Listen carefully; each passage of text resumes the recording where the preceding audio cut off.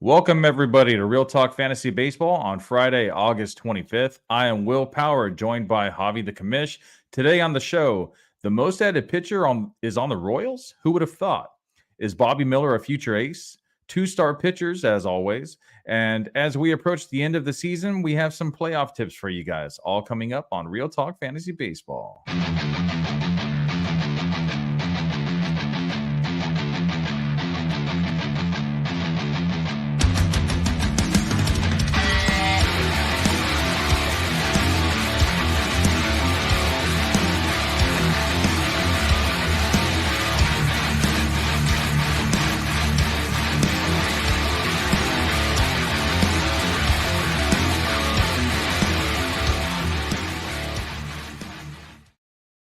All right, welcome everybody to the show. Before we get started, make sure you hit that like and subscribe button, please, if you're watching on YouTube. And if you're listening on the audio side on Spotify, just make sure you hit that follow button, please. It would help us out. We really appreciate it. All right, so starting off today's show, I got a question for you, Javi. So in the month of August, who do you think is the strikeout leader for all pitchers in Major League Baseball? Who's the strikeout leader? The month of August. Damn. Is it McClanahan? No, I'm kidding. Damn, that's a good question. Sheesh. Can you give me a hint? I cannot. So just give me your best guess. Damn. Okay. Who's up there? Garrett Cole? Garrett Cole is a very good guess, but unfortunately that is wrong. So the MLB strikeout leader in August is Cole Ragans from the Royals. Now, how crazy is that a Royals pitcher that no one ever even, kind of thought about until just recently is actually the strikeout leader for the month of August. And that's actually even before his 11 Ks that he got today versus Oakland. So crazy stuff, man. Traded to the Royals on July 15th for Aroldis Chapman. So obviously, was he on the Rangers? He was on the Rangers, yes. So he got traded to the Rangers for Aroldis Chapman. And if they're trading Aroldis Chapman for Cole Ragans, then that means that they must hold Cole Ragans in pretty high regard. In July, he posted a 1.80 ERA. In August, he had a 2.66 ERA. And then if you look at his last two starts on the graphic here, on August 18th versus the Chicago Cubs, he went 6 innings. He did allow a lot of hits. He had 8 hits against him, but they were all soft contact. Most of them were under 90 miles an hour. 9 strikeouts with 2 walks and 3 earned runs against a pretty good Chicago Cubs lineup. And then today is Oakland, 6 innings, 2 hits, 11 Ks, no walks, no runs. Now, Oakland is probably the easiest matchup that you can get this season in 2023. But I mean, 11 Ks in 6 innings, that's almost 2 Ks per inning. That's amazing. That is electric lightning stuff right there. So yeah, it is. Cole Ragans against the strong lineup. He had 27 swings and misses against the Cubs on 106 pitches. 27 swings and misses is incredible for any pitcher. That is like elite level right there. That is Shane McClanahan, Garrett Cole stuff right there. He had 3 swings and misses on the fastball, 7 on the changeup, 4 on the slider. He has elite swing and miss stuff.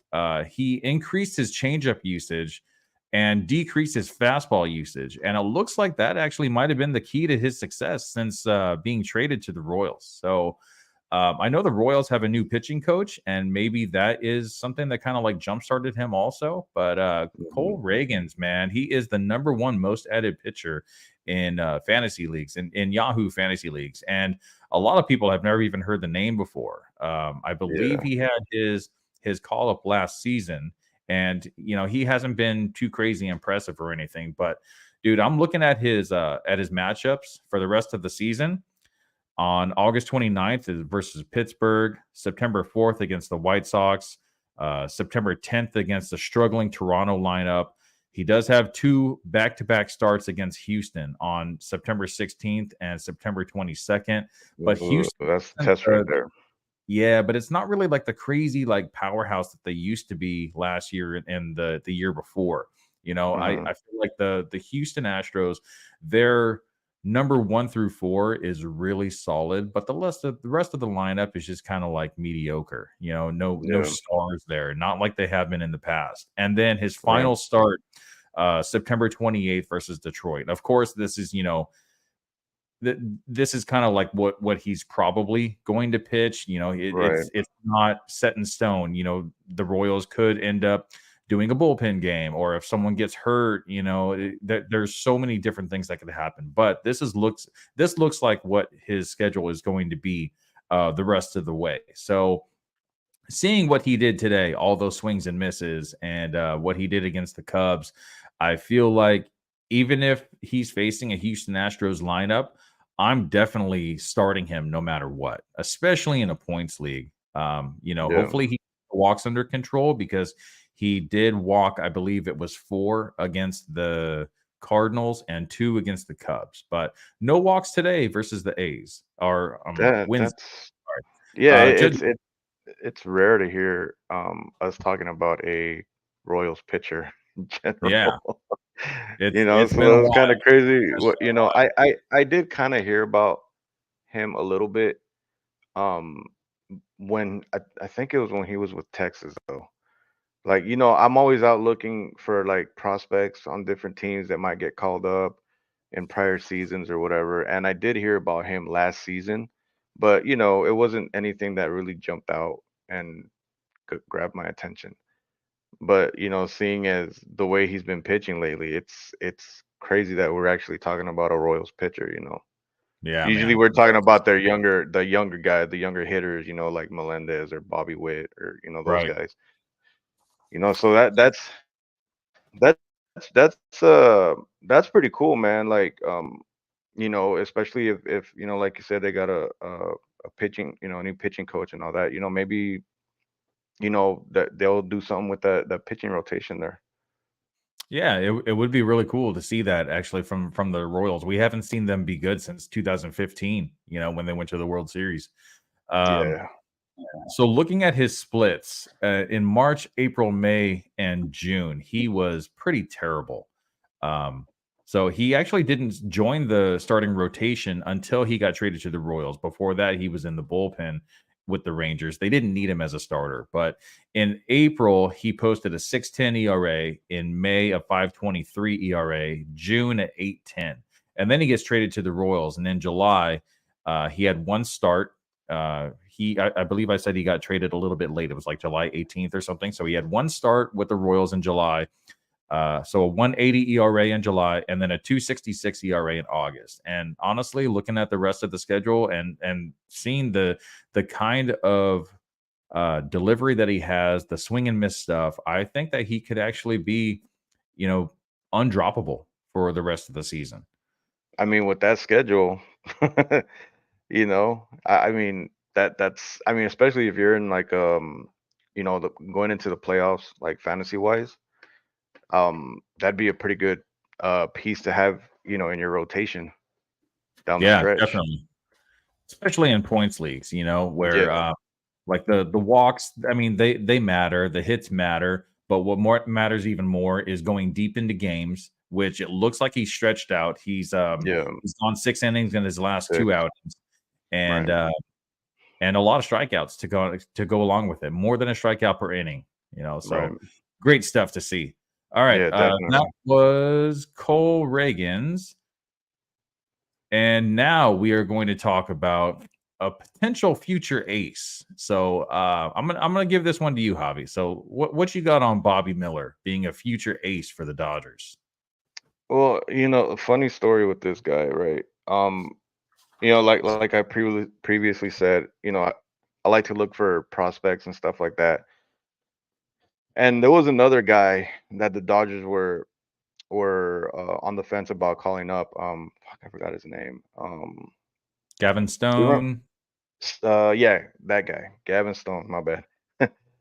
Well, Gavin Stone, he got called up, but he was terrible. So I picked him up, because I heard more about him than I did about Bobby Miller. So I ended up picking up Gavin Stone, and when he actually got called up, I instantly regretted it because he was terrible. Um, Not to say that in the minors he wasn't, but he might need a little bit more seasoning, you know. But man, when I started looking at Bobby Miller, and whoever picked him up, I was like, man, I picked the wrong Dodger to pick up, dude. I know, dude. I felt the So same. I felt the it same. it was but like who I mean, I don't really look at metrics like that, but who would have thought, right? Um, he's 7-3, 386 ERA, 81 innings pitched, 75 strikeouts, dude. Um, this guy, I believe he is a potential ace in the future, man. And the exposure that he's getting right now is awesome, dude. Like, and I was thinking, I think I saw Dave Roberts was talking about how they're gonna manage him in the postseason. Um, being that the Dodgers have injury issues, in their rotations, it seems like every season, this is kind of like a godsend, so to speak, because the Dodgers just lost Gonsolin, right? Dustin May has been out. They just got back Kershaw last week, and he only went like 5 innings. So their pitching has been. I mean, they're still winning games, but the pitching is a big issue. If the Dodgers are planning to make a push into the playoffs. So Bobby Miller, coming up from the minors and pitching the way he's been pitching is fantastic, man. Like, we always talk about how the Dodgers are great at developing their pitchers. Man, this is freaking crazy. And then you got Bueller who might make an appearance. I'm not sure, but man, like he's had he's probably like from the stats that I was looking at, he probably had like two really bad games, and that was against Houston and San Francisco. He gave up a total of 13 earned runs in those two games combined. Other than that, man, he hasn't had more than 4 runs allowed in his last 7 games. That's insane, man. And the guy has electric stuff, dude. I'm so happy that the Dodgers, they, they don't manage his innings because he's been going about 5 or 6, I think. So if they can keep him like that, and oh man, it's awesome, especially if you have him in fantasy, dude. Like you found a diamond in. Yeah, one of the good things that I see about Bobby Miller is he's only at 81 innings, like you mentioned before, and Yeah, in the past in the minor leagues, most minor leaguers don't throw too many innings, but in 2022, he threw 112 innings, so he could definitely go past that. Being the year yeah. after, I could see him potentially going 150 innings and. I don't even think he'll be. I don't think he'll have to even get to that because that's still 70 innings. I don't think that there's any possibility that he could actually go 70 innings, in the rest of the season. So I think we're good. Yeah. I think we're good on the innings limit. The thing with Bobby Miller that I see is he doesn't have a lot of swing and miss stuff. He doesn't strike out a lot of batters. On the Hmm. season, he has a 8.27 K percentage per nine. So it's a little bit less than a strikeout per inning. And it looks like the strikeouts have actually gone down a little bit in the last few starts. So last month, he posted a 733 K percentage per nine, and the last 2 weeks a 638. And he did have some trouble against the Guardians in his last outing. He Yeah, he allowed did. 4 earned runs. I don't know exactly how those runs were scored. I probably should have looked that up, but sometimes it's just a little bit of a bad luck. Maybe it was like a bloop single and possibly a hit by pitch, and then all of a Yeah. sudden you got 2 runners on and shit hits the fan, and then a bunch of runs score. Yeah, So I heard it kind of unraveled like in the 5th inning or something. I was reading that he hit the first 4 innings that he was pitching like lights out kind of stuff, and then I think in 1 inning it just kind of fell apart for him. It's really weird though, because in the minors he was a high strikeout pitcher. In Hmm. 2022, I mentioned that he had 112 innings pitched and he had 145 strikeouts to go along with that, with only 37 walks. So Right, I feel like the potential is there. I think he's right. going to get his strikeouts up. I think that the Dodgers are the right team to actually point him in the right direction to get the most out of his potential, Yeah, especially when you have guys like Kershaw and Austin Barnes and Will Smith, guys that are veterans that could help guide Bobby Miller into being into bringing out the most of his potential. right. I agree. Um, Rest of season, I would definitely keep him in my lineup, and I would throw him out there every single time. Yeah, yeah, I've built up the trust in Bobby Miller for the future. I would definitely like to draft Bobby Miller. I think he's probably close to maybe like let's say like a 8th or 9th round pick. You know, yeah, yeah, something like that. That's who I yeah, would be targeting as like maybe like my number 3 starter. yeah, yeah. I was looking at I was telling you about how Dave Roberts wants to see. I guess I heard him say that he wants to see how he performs in these last. I think it's like 6 weeks left for the season, and then they'll determine how they want to use him in the playoffs. But as far as fantasy, and like I would start him against anybody. Yes, definitely. Hmm. All right, so that was Bobby Miller, and another guy that I want to talk about in our next segment. Unfortunately, I don't have a graphic because I ran out of time and I wasn't able to do a photo edit. But let's see, where is he at? Masyn Winn. All right, let me grab this my little cheat sheet right here. All right, so Masyn Winn, I think Masyn Winn has such crazy potential, dude. He could be so good. Power speed combo, it makes Winn very valuable in categories leagues. 16.7% K rate, which is great. Anything under 20% should be considered elite. That was in AAA with a 359 on base percentage. I really like those numbers. I'm definitely high on base percentage more than batting average. I feel like batting average is very misleading, whereas on base percentage really Yeah, shows your true potential on how well you're going to be actually in the majors. On right. base percentage, it also kind of like shows you plate discipline. Guys that strike out a lot are not going to have a very high on base percentage. It's better to take a walk than a strikeout. I mean, obviously. So, the on Yeah, base percentage is very important in my eyes. Um, and his on base percentage does make him valuable in points leagues, slightly less than in categories leagues. I feel like the power speed combo is definitely going to resonate more in a categories league or in roto. But I think he does have 2020 potential. Obviously not this season because he just got the call up. But um, yeah. are we adding Masyn Winn? In my opinion, I think if you have a roster spot to play with, then yeah, go ahead Hmm. and add him Yeah, see what happens. But in a points league, my strategy, I don't have any bench bats. I keep all my my bench players. I make sure I have more pitchers than I do hitters. yeah. I make Right, sure every lineup spot is filled for my hitters, which sometimes comes to bite you in the ass because then you get a player that gets injured or something, and then you're scrounging on the waiver wire to try to find someone, and right. most of the time all the good ones are gone. So it does hurt you a little bit, but pitching is just so much more valuable in points leagues.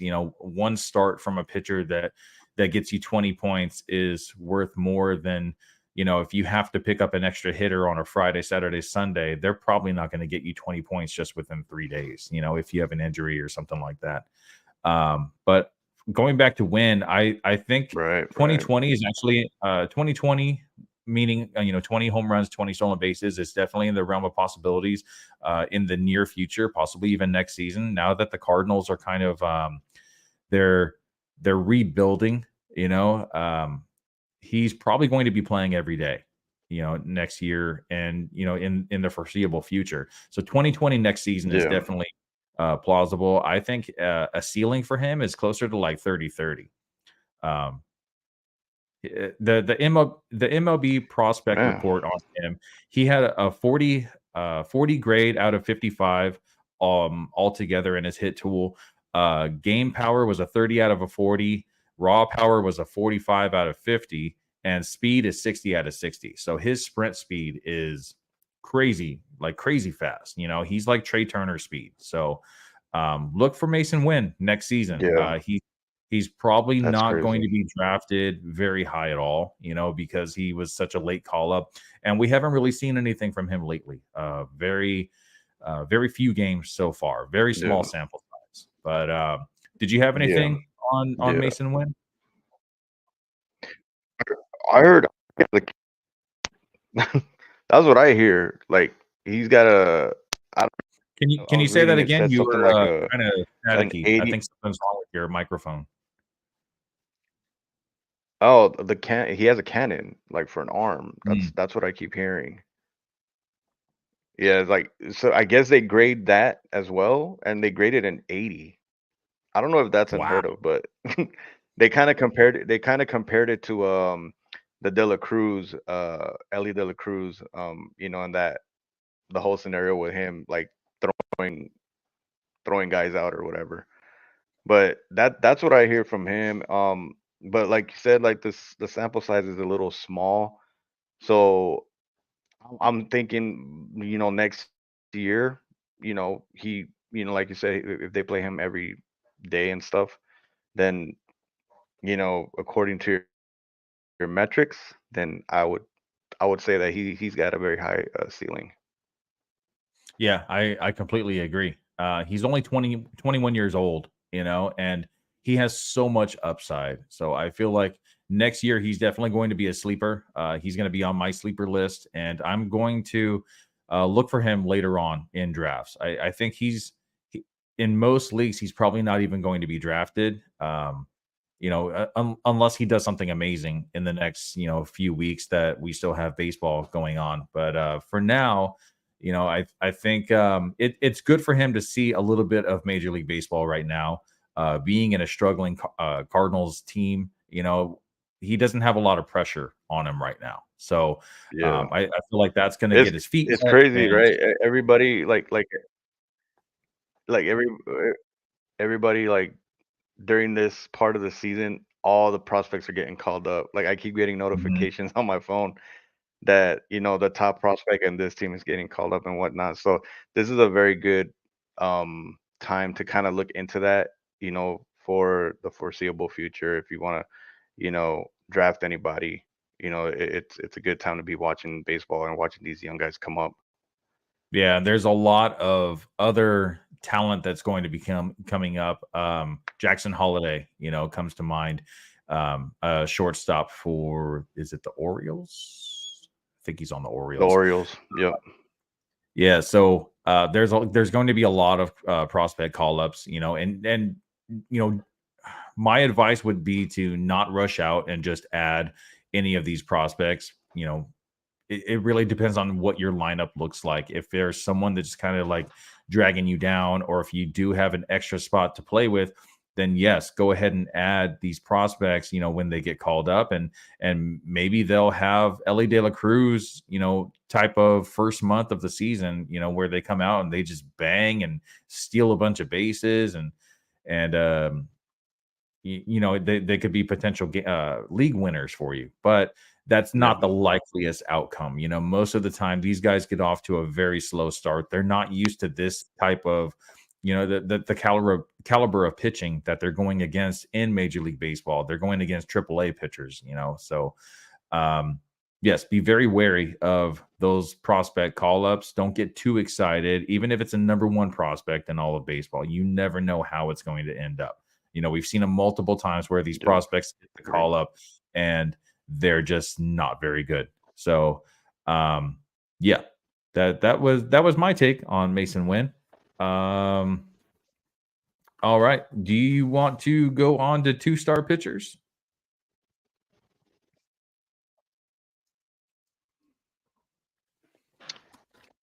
Yeah, let's do it. All right. So I have a couple recommendations myself. Do you want to try to, or do you want to go first? Do you want to give, or how about you give your first one and then I'll give one and then we'll kind of go back and forth. All right. So the 2-start pitching schedule for next week. It was rough, dude. I don't know. Every single time that we do these 2-start pitchers, I feel like every time it's like, yo, this is rough. It's really rough. I only saw one pitcher that kind of stood out, and I mean, he's not a good pitcher, but I'm just going based off of who he's pitching against. Now, I heard that he might pitch on Sunday. I'm not sure. But it's Brian Wu from the Seattle Mariners. He's pitching at home against Oakland and at the Mets. So just solely based off of the teams that he's pitching against. I I'll this guy. He doesn't have a great track record. He's 1-3 with a 4.58 ERA. But he's going against two, lackluster offenses. His last 8 games have been pretty good. I think fantasy point wise, he had a game where he scored 14, 22, 20 points, 1150, 20, and 1050, which is not bad. It, I know a lot about how, I don't really watch the Mariners like that, so I can't really tell you, about his pitching, his metrics and all that stuff. That's why, so we got you here. But yeah, I think he just came off of the IL not too long ago. But I would take my shot with him. I think I had picked him up a couple weeks ago, and he did pretty solid for me. So I mean, if he's out there against these two offenses that have been really struggling, throughout the whole season, I wouldn't mind taking a shot on Brian Wu. So I actually have Brian Wu as one of my 2-star pitchers for next week also. And I did see that there is a possibility that he could pitch on Sunday. I'm really hoping that he doesn't. So for anyone that's listening out there, we are recording this on Wednesday and I'm going to be posting it on Friday. So when you're listening to this, it's probably either Friday or Saturday at this point. So hopefully you can look in any fantasy apps and or Fantasy Pros website or wherever you get your information from and see if he is going to be a 2-star pitcher for next week and make the call. But yeah, just kind of going along with what you said, dude. Since returning from the IL, he's faced the Chicago White Sox. He went 4 innings, allowed 3 hits, 1 walk, 1 earned run, and 3 strikeouts. Looks like for next week he should be stretched out enough to go at least 5 innings, so he should be eligible for the win. He's going against 2 struggling lineups next week. On the season, he has an expected ERA of 3.25. That goes along with his actual ERA of a 4.58. So his expected stats are way better than his actual numbers. It could possibly be because he just plays in Seattle and he's just had some bad luck. Since then. So yeah. He does have a very elite soft contact rate. The exit velocity on his pitches is super low, dude. So he throws a 4-seamer, a sinker, a slider, a cutter, and the changeup. Changeup he throws very little, but it's gotten hit hard in the past. So it looks like that's probably the right decision for him. So on his fastball, which he throws almost 50% of the time, average exit velocity is 88.8%, which 88.8 miles per hour. On the sinker, 83.9 miles per hour. On the slider, 83.3 miles per hour. And on the cutter, 87.1 miles an hour. So very, very soft contact for Brian Wu, which is great to see. And he actually does have a pretty decent whiff rate also. K per nine or K percentage per nine is 25.3%. So I love to see that. Brian Wu, I was actually pretty high on Brian Wu a couple months ago. I added him everywhere that I could, and then he ended up getting hurt, and I didn't have any IL slots, so I ended up dropping him. And now I'm kind of asked out because he's not available in any of the leagues that I play in, unfortunately. But yes, I completely agree. Versus the A's and at the Mets. I wish I would have hit them when I had them. All right, since we both had the same 2-star pitcher in one of them. You said you only had one, right? You don't have another one. Yeah, yeah. Dude, the lineups are rough, man. Yeah, it really is. There's a lot like of if you're looking for like below 70%, you know, it's tough. It's tough. All right, so the second 2-star pitcher that I'm going to talk about, I'm actually going to make a banner real quick for him, so that way I get his name on the screen also. And here we go. It's Tarek Skubal. So Tarek Skubal is under that 70% mark that we like to talk about for 2-star pitchers. And next week he's versus the New York Yankees, who have been struggling a lot, dude. I think they have like 1 win in their last 10 games. Terrible. And at the White Sox, another team that is just very, very bad. So this season's Tarek Skubal has increased his fastball usage and decreased his slider usage, which has actually helped him increase his K percentage up from 24.5% in 2022 to 28.3% in 2023. His expected ERA is the best of his 4-year career, and his matchups the rest of the way are mostly very favorable. The only tough matchup he has is on September 20th at the Dodgers, which makes him actually a decent option for rest of the season, in addition to the 2 starts that he's going to have next week. So Tarek Skubal was on the IL for most of the season this year, had a pretty catastrophic injury, and when he came back, he was on the radar of a lot of people, and he ended up getting scooped up in a lot of leagues, but he is still under 70% rostered. So if he is available in your league, I think that he's actually a pretty decent one to stream for next week, and possibly even keep the rest of the way. I think he had a lot of matchups like against the Royals. I think he had 2 matchups against the White Sox. So it looks like most of his matchups are pretty good, like I mentioned earlier. So that was my second 2-star pitcher. And we are moving right along today. It's so different not going live because we don't have the comments to kind of feed off of. That always takes a little bit of extra time. But I like the flow today, and we're getting through this pretty quick. So now that was the 2-star pitchers, and now we are going to go into the weekend streamers, which we never have time for, but we actually have time for today. Right. All right. So Bobby Miller is actually under 70% owned. So he is the first one on this list. Bobby Miller at the Red Sox. Are we starting or sitting? Man, start that guy. Let's do it. That's right. All right. James Paxton at the Dodgers. Ooh. How has he been doing? I haven't really kept up with Paxton. He got pretty roughed up in his last outing, I believe. But other than that, like ever since he came back from the IL, he's actually been doing really good. I think you talked about him a couple episodes ago. You mentioned it his looks like name. he struggled very bad against the Astros. He went 4 innings, only went 4 innings, and a 13.5 ERA in that start. So it looks like he gave up like 9 runs. Jeez. Damn. Okay. Yeah, just that alone, I'm gonna say no. But looking at it before that, he's actually looked really good. So this one's tough. I say it's a day game. That means there's probably going to be a lot of home runs. And it's this Saturday. I'm actually going to be in Boston this Saturday. I'm gonna maybe I can actually go to that game. The Dodgers are going to be there. Yeah. Which is why we're doing this episode on Wednesday. We're recording on Wednesday and posting on Friday because I will be in Boston on Friday for Mookie Betts night at Fenway. First time at Fenway, so I'm very excited about that. Oh, that's awesome.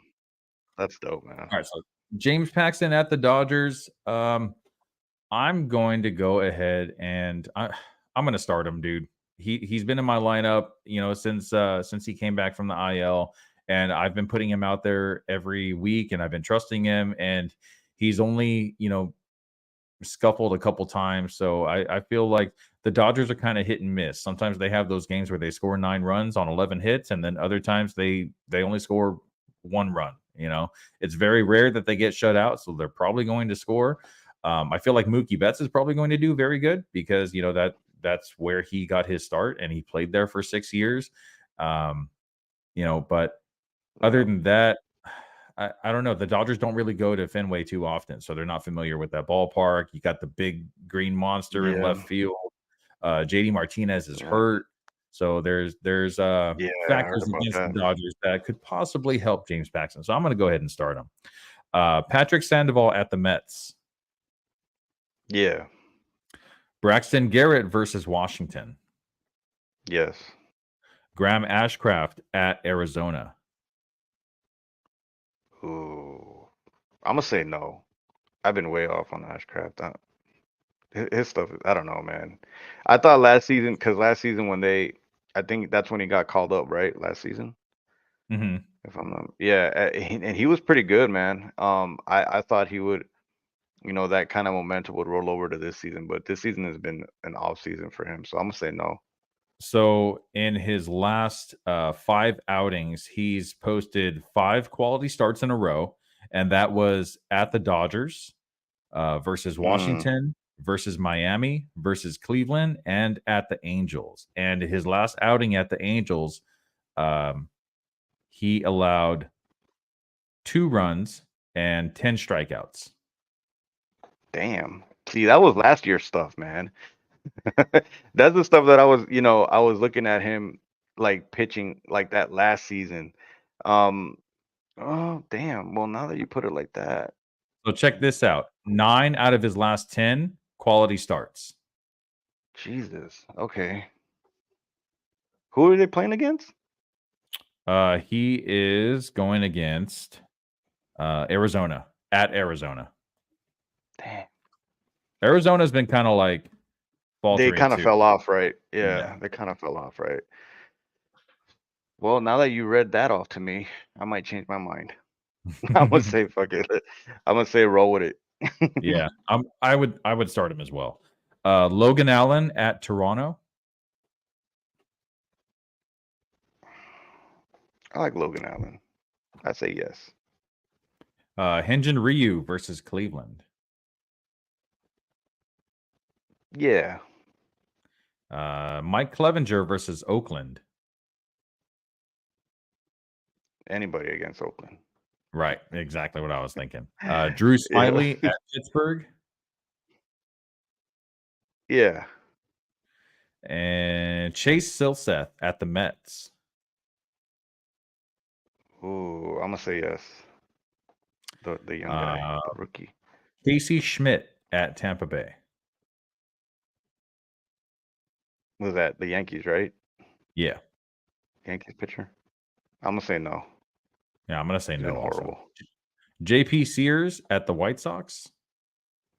Ooh. He's been all right this season. I'm gonna say yeah. I like JP Sears, especially against weaker lineups like the White Sox. Yeah, it's the White Sox are such a conversation to be had. We can always do that in the offseason. Javier Assad at Pittsburgh. Yeah. Zach Littell versus the Yankees. Oh, they just called him up. Yeah, they just called him up, right? Tampa Bay.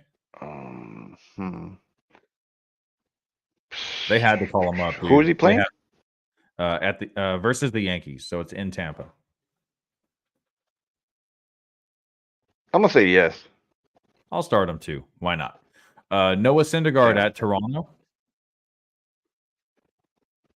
Man, that was a fluke against the Dodgers. So I'm gonna say no. I'm gonna say no also. Dakota Hudson at the Phillies. Ooh, he pitched pretty decent last game. At the Phillies, I'm gonna say, who are the Phillies starting? If you have, do you have that? No, but it's probably going to be either Nola or Wheeler because they are not on the weekend streamers list.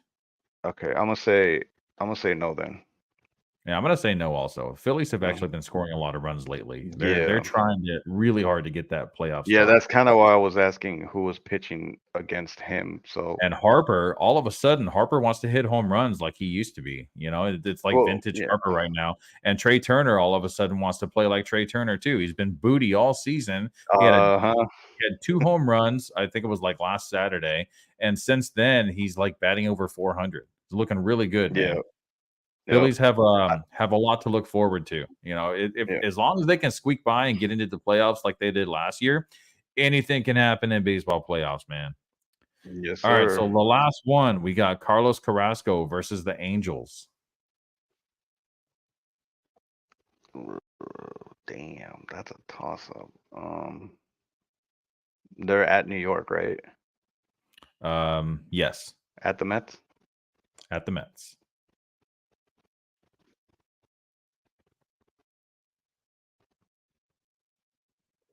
Was it at the Mets? I didn't hear you. Yes, at the Mets.